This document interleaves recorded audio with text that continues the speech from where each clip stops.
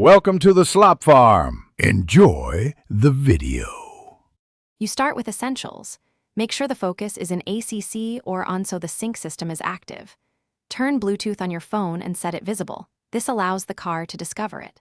Open the phone's Bluetooth list while the vehicle search is running. Because timing matters, many systems only listen for a short window.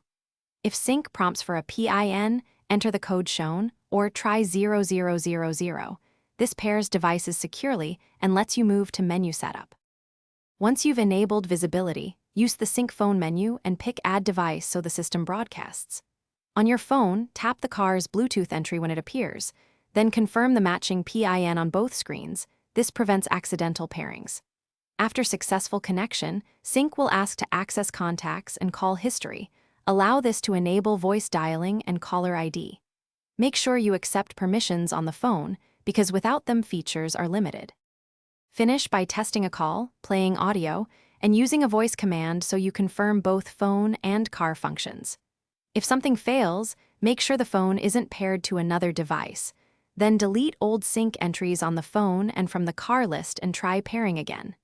If problems persist, reset the sync module from the settings menu. This clears faults. One troubleshooting tip. Restart your phone and cycle the car ignition before repeating pairing to clear temporary connection errors. Thanks for watching. Consider subscribing if we helped you today.